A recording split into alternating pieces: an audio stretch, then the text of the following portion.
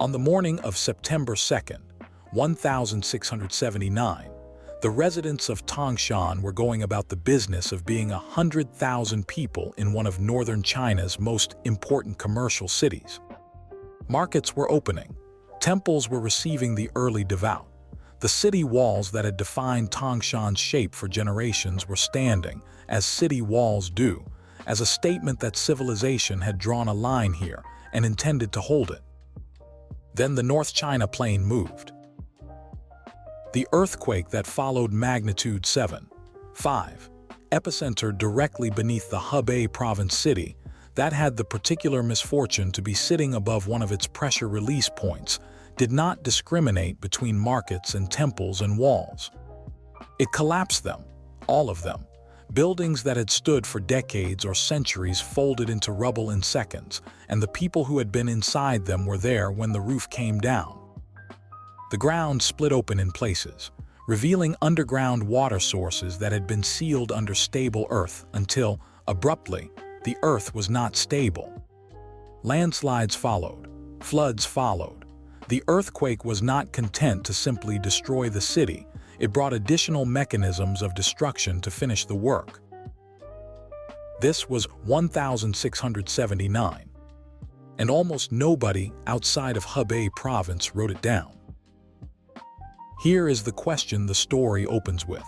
How does a magnitude 7.5 earthquake destroy a city of 100,000 people and end up classified as one of history's forgotten disasters? The answer involves the Qing dynasty's particular relationship with catastrophic information, the geology of a continent still mid-collision, the specific lethality of a certain kind of building when the ground decides to move, and a thread of causation that runs 297 years forward in time to another earthquake, in another century, in the exact same city. Let's start with the ground, because the ground is always where this story starts. 50 million years ago, give or take, India hit Asia. This is not a metaphor. The Indian subcontinent, moving north on its tectonic plate at the pace of a growing fingernail, made contact with the Eurasian plate and has been applying pressure to it ever since. The most visible result of this collision is the Himalayas and the Tibetan Plateau, the highest sustained landmass on Earth, pushed upward by 50 million years of compressive force. But the collision doesn't stop at the mountains it built. The stress radiates outward, distributed across fault systems that run through Yunnan, Sichuan, Gansu, Xinjiang, and eventually into the North China Plain into Hubei province, into the geology directly beneath the city that would one day be called Tahng-shahn. China is, in the most literal sense, a country that was built on a collision. The civilization that developed there, one of the oldest continuous civilizations on Earth, with record-keeping traditions going back 3,000 years, built its cities, its monuments, and its population centers on ground that was always, at the geological level, temporary. This is not a criticism. Every civilization on Earth is built on ground that moves eventually, but the frequency and magnitude of seismic events in China is not typical. The historical record of Chinese earthquakes, when you map it, looks like someone took the fault systems and drew population centers directly on top of them, which is, of course, because they did. Because fertile valleys and river plains that attract human settlement are often the same places where tectonic stress finds its release. The 1303 Hangdong earthquake on the lowest plateau. An enormous event, occurring in a region where the population lived in Yaodong cave dwellings carved into the lowest hillsides, which have the quality of being cheap to construct and catastrophically lethal when the ground shakes hard enough to collapse the hillside around them. The 1920 Haiyuan earthquake, a magnitude event so large it remains one of the most destructive in recorded history, killing hundreds of thousands in a region where the lowest landscape amplified the shaking, and the cave dwellings, again, became mass graves. Same material, same construction method, same outcome scaled differently. The North China Plain, where Tahng-shahn sits, operates on a different geology than the lowest plateau, but arrives at the same conclusion through different mechanics. The plain is flat, alluvial, and sits above a complex of old fault systems that have been accumulating stress since long before anyone built a city here. When those faults release, the flat land doesn't provide the hillside collapse mechanism of the lowest plateau, but it provides something equally efficient: the lateral shaking that brings unreinforced masonry walls straight down on whatever is inside them. In 1679, Tahng-shahn was a city worth destroying. Not in the way the earthquake chose to interpret the phrase. Tahng-shahn during the early Qing dynasty was a commercial center of genuine importance, one of the significant nodes in the economic network of Hebei province, with a population estimated at around 100,000 people.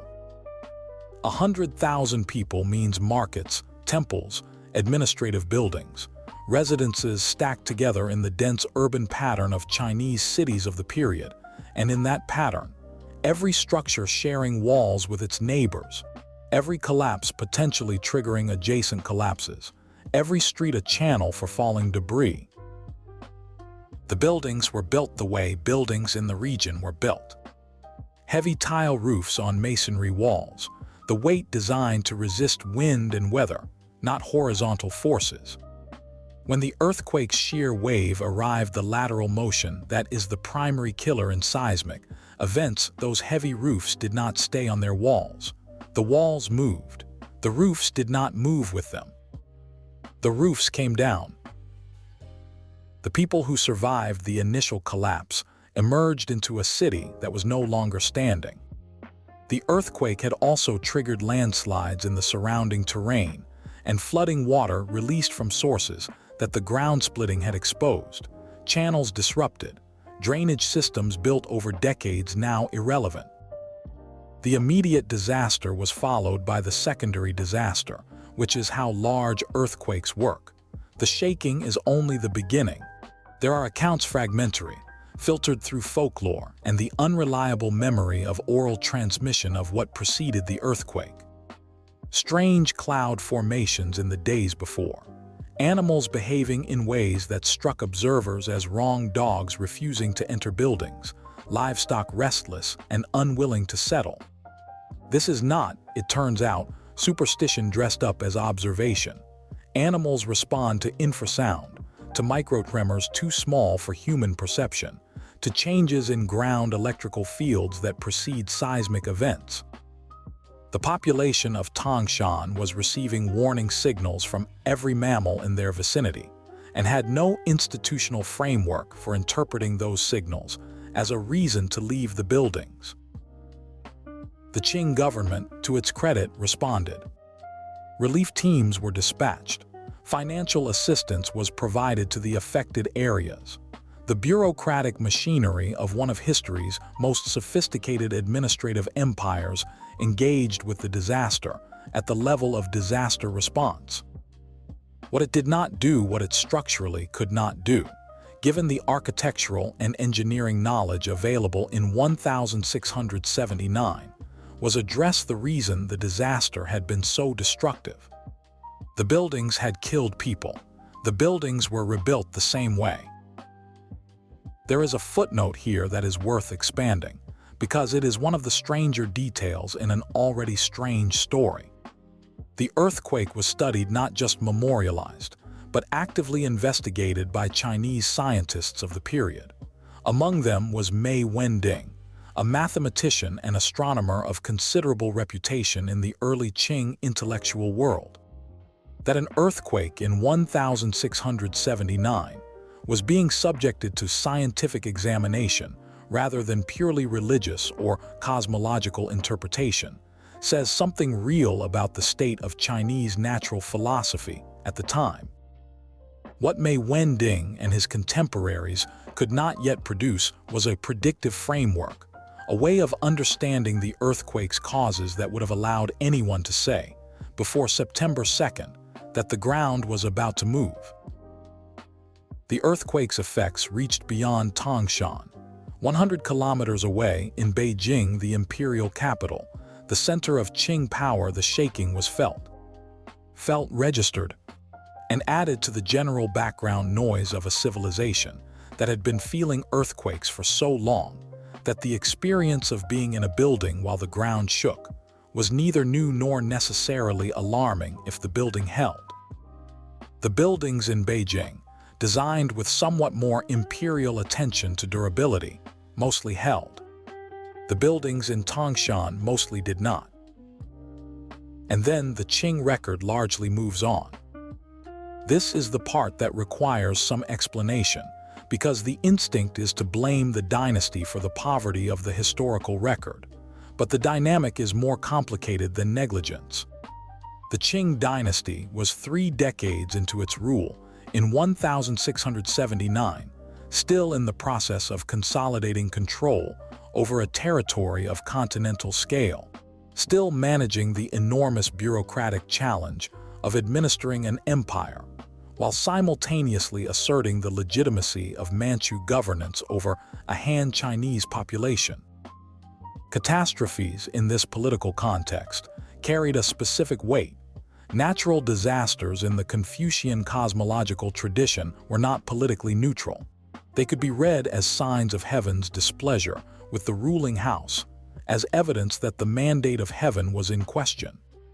A dynasty with a recent claim on legitimacy had particular incentives to document disasters in ways that emphasized the government's response rather than the scale of the catastrophe. This is not unique to the Qing. Every political system has its version of disaster management that is also narrative management, the framing of catastrophe in terms that support rather than undermine the authority of whoever is in charge.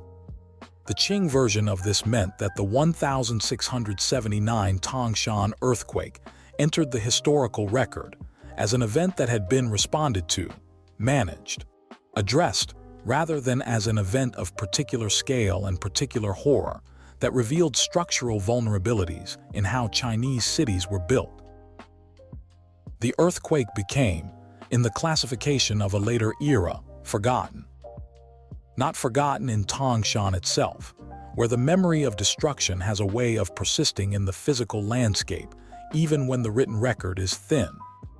The earthquake has been the subject of Chinese folklore and local legend, the stories passed down through generations in the way that catastrophic events always propagate when the official record fails to carry them. The ground splitting open, the water rising, the animals that knew before anyone. These stories are the archive when the archive is absent. Now let's move the clock forward. Because the story of the 1679 earthquake does not end in 1679, or even in the Qing dynasty. It ends, or rather, finds its most brutal echo in 1976. By 1966, the People's Republic of China had developed an active program of earthquake prediction. This was not an eccentric government hobby. Earthquake prediction in the 1960s was a project taken seriously by multiple scientific communities globally, and China's particular seismic history gave the program genuine urgency. The Cultural Revolution, running simultaneously, complicated matters in the way the Cultural Revolution complicated everything by injecting ideological pressure into scientific institutions that needed something closer to methodological freedom. But the prediction program continued. It trained observers. It set up monitoring networks. It attempted to systematize exactly the kind of anomalous signals, animal behavior, ground deformation, microseismic activity that the population of Tahng-shahn had been receiving in 1679 without any infrastructure to process. Then, in 1975, the program worked. The Haicheng earthquake, a significant seismic event in Liaoning province, was preceded by a prominent series of foreshocks that Chinese monitoring systems detected and correctly interpreted. Authorities issued a warning. Evacuations were ordered. When the main earthquake hit on February 4th, 1975, the death toll was far lower than it would have been if the population had remained in the unreinforced buildings that were about to collapse. This was, by any measure, a genuine scientific and institutional achievement. Earthquake prediction had worked. The program had delivered. The framework of monitoring and rapid warning had demonstrated that it was possible to get people out of buildings before the buildings fell. The confidence that followed was, in retrospect, a problem. The Tahng-shahn earthquake had worked as a prediction case because it had prominent foreshocks, a series of detectable precursory events that gave the monitoring system something to read and interpret. Not all earthquakes have prominent foreshocks. Some earthquakes have no foreshocks at all, or foreshocks so subtle that distinguishing them from routine background seismicity requires a clarity of signal the monitoring systems of 1976 could not provide. The prediction program had learned what a predictable earthquake looked like. It had not yet confronted what an unpredictable one looked like, or rather, it had not yet confronted one in a situation where the consequences of the gap would be measured in human lives. On July 28, 1976, at 3:42 in the morning, the city of Tahng-shahn was struck by an earthquake. Not a 1,679 Tahng-shahn earthquake, not a magnitude 7.5 event that would be remembered as one of the largest of its century. This was a magnitude 7.6 earthquake, striking a city of roughly 1 million people at a time when virtually all of them were asleep in the unreinforced concrete and masonry buildings that post-revolutionary Chinese urban development had constructed at scale. There had been no warning. The earthquake prediction program, fresh from its Tahng-shahn success, institutionally confident in a way that the previous year's success had earned, and the current situation was about to brutally revise, had not predicted it. There were no prominent foreshocks. There was no signal that the monitoring systems could read as the precursor to what was coming. At 3:42 a.m., the ground under Tahng-shahn moved, and within seconds the city that 1 million people had been sleeping in was rubble. The official death toll, released years after the event, was 242,000 people. Estimates from other sources have been considerably higher, some ranging into the hundreds of thousands beyond the official figure, in the range that would make Tahng-shahn 1976 one of the deadliest earthquakes of the 20th century and one of the deadliest in recorded history. The exact number remains contested, partly because the political context of 1976 China, the Cultural Revolution's final year. The death of Mao Zedong a month and a half after the earthquake made accurate accounting of catastrophic government failure, both institutionally difficult and politically dangerous. The earthquake prediction program, which had been the pride of Chinese geoscience, was effectively discredited. Not because prediction was impossible in principle, but because the Tahng-shahn success had created an expectation of capability that the Tahng-shahn failure made impossible to sustain. The program had predicted one earthquake and missed the next one, and the one it missed killed 200,000 people while they slept. The reduction in the popularity of earthquake prediction in China that followed is documented as a consequence of 1976, which is an extraordinarily dry way of saying that a government program that had been celebrated as a triumph of socialist science was quietly reduced in institutional prestige after it failed to prevent one of the worst disasters in Chinese history. Now return for a moment to 1679. The 1679 earthquake is classed as one of the forgotten earthquakes in Chinese history. Magnitude 7.5, 100,000 people in the affected city, widespread destruction of buildings, temples, city walls, ground splitting open, floods and landslides as secondary effects. An event that, by any modern metric of disaster severity, would dominate international news coverage for weeks and trigger global humanitarian response. Forgotten. The forgetting is not primarily about the Qing dynasty's indifference. It is about the gap between experience and record, the fact that the people who lived through the earthquake knew exactly what had happened to them and passed that knowledge forward through story and folklore, while the institutional apparatus that might have preserved it in forms accessible to later historians produced documents that emphasized recovery rather than devastation. This gap between what people experienced and what institutions chose to record is one of the most consistent patterns in the history of disasters. The archive is always a political document as much as an empirical one. What gets counted, what gets preserved, what gets emphasized, and what gets minimized, these are choices made by people with incentives, operating within systems that have their own logics of self-preservation. The 1679 earthquake killed people and destroyed a city, and the record is thin because thin records were in the Qing dynasty's institutional interest. The 1976 earthquake killed hundreds of thousands of people, and the death toll remained contested for decades because accurate figures were in no one's political interest to publish. Different century, different government, same gap. What the ground does not care about and has never cared about is what gets written down. The North China Plain is still moving.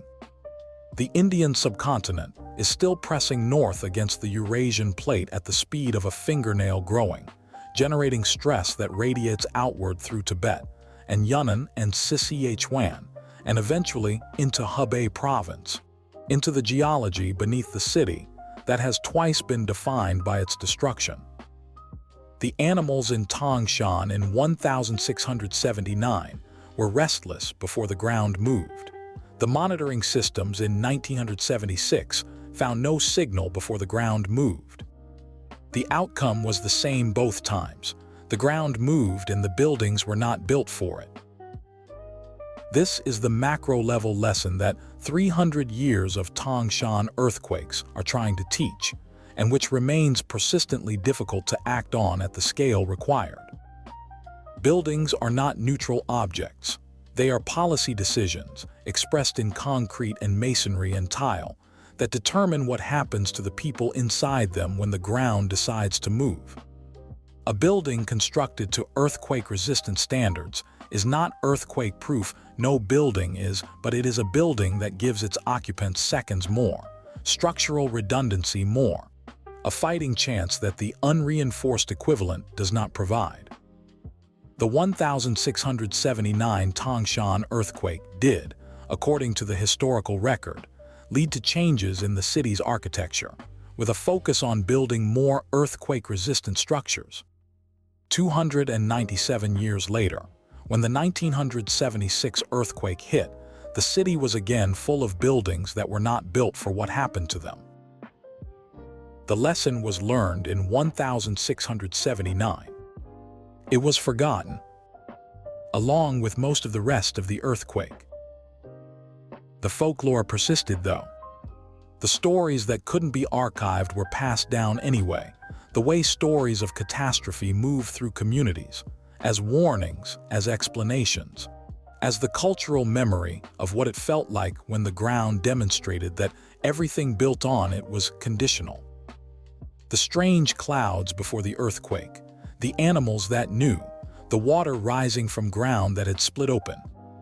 Stories that science now has partial explanations for: infrasound, microtremors, groundwater pressure changes in the lead-up to seismic events, but that the people of 1679 processed in the only framework available to them, the observable world behaving wrongly, and then the world changing. Mei Wending studied the earthquake. The Qing government sent relief. The buildings were rebuilt, with stated intentions toward earthquake resistance.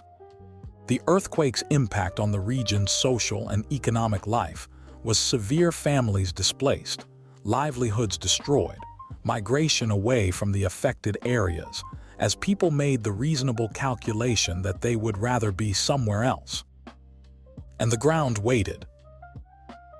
The 2010 Yushu earthquake in Qinghai province killed nearly 3,000 people in a region where the seismic risk was known. The building stock was inadequate, and the warning time was 0. The same collision of India with Asia that drove the 1679 Tahng-shahn earthquake drove the Yushu earthquake 331 years later. The same physics, the same gap between what the ground was doing and what the buildings were designed for. There is no ending to this story that involves anyone learning the right lesson at the right scale. There are individual instances of improved building codes, of successful early warning systems, of evacuations that worked. The 1975 Haicheng prediction was real. The post-2008 Sichuan earthquake improvements in Chinese construction standards were real. Progress is real, and it is insufficient, and the gap between it and the problem is measured in seconds of warning time and centimeters of rebar. The 1679 Tahng-shahn earthquake is forgotten because the institutions that documented it were more interested in recording their response than in memorializing the scale of the catastrophe. The 1976 Tahng-shahn earthquake was almost not survived by the city. It destroyed. Tahng-shahn was rebuilt essentially from zero, a process that took years, and produced a city that now stands on the same fault system as the one that twice removed the previous version. You can visit Tahng-shahn today. There is a museum to the 1976 earthquake. There are memorials. The city has rebuilt itself into a functional modern Chinese urban center, which is itself a remarkable fact about human resilience and the refusal to abandon places that are meaningful simply because those places have tried to kill you. The North China Plain is still moving. The animals know before we do. The buildings are what they are. The ground will do what the ground does.